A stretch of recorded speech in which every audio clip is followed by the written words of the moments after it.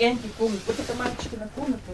В маленьком доме большая семья встречает гостей. В комнатках не развернуться, удобств никаких. Воду и то приносят с колодца. Зиму и лето здесь встречают одинаково.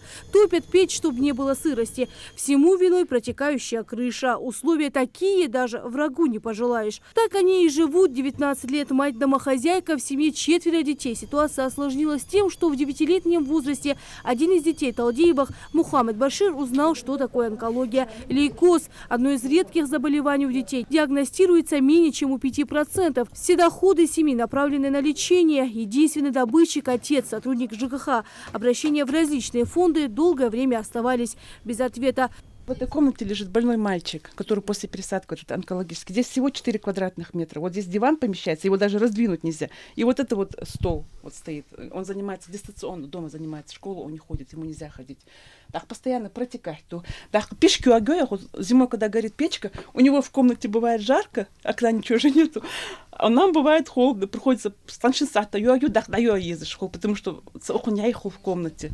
Свой вклад в благое дело сделали сотрудники фонда «Подари жизнь». Они помогли Талдеевым материально. Светлана также молится за доброту незнакомца. После одной из операций мальчика неизвестный мужчина прислал бригаду рабочих, которые возвели корпус дома и положили крышу. Строительство, я не знаю этого парня, совершенно посторонний человек. Он пришел, я даже не знаю, откуда он узнал, я не знаю. Вечером они пришли, 3 парня их было. Они пришли и сказали, что у тебя больной ребенок. Я говорю, да. Мы, говорит, это самое, хотим помочь. Ну, я думала, там, с лекарствами или на самолет в Марка, да, решил жваться. Я думаю, может, на проезд там что-то. Он к фундаменту подошел и сказал, вот так вот, мы бы корпус поставили бы, если бы вы не против были. Я говорю, конечно, я говорю, не против, я говорю. И после этого я этого парня не видела. Планировку дома и виды ремонтных работ, которые предстоит сделать, обсудили с представителями Минстроя. По оценке подрядчиков осталось завершить отделку и обустроить дом.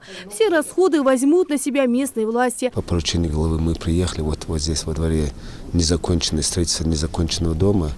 Хотим помочь докончить дом, обустроить двор,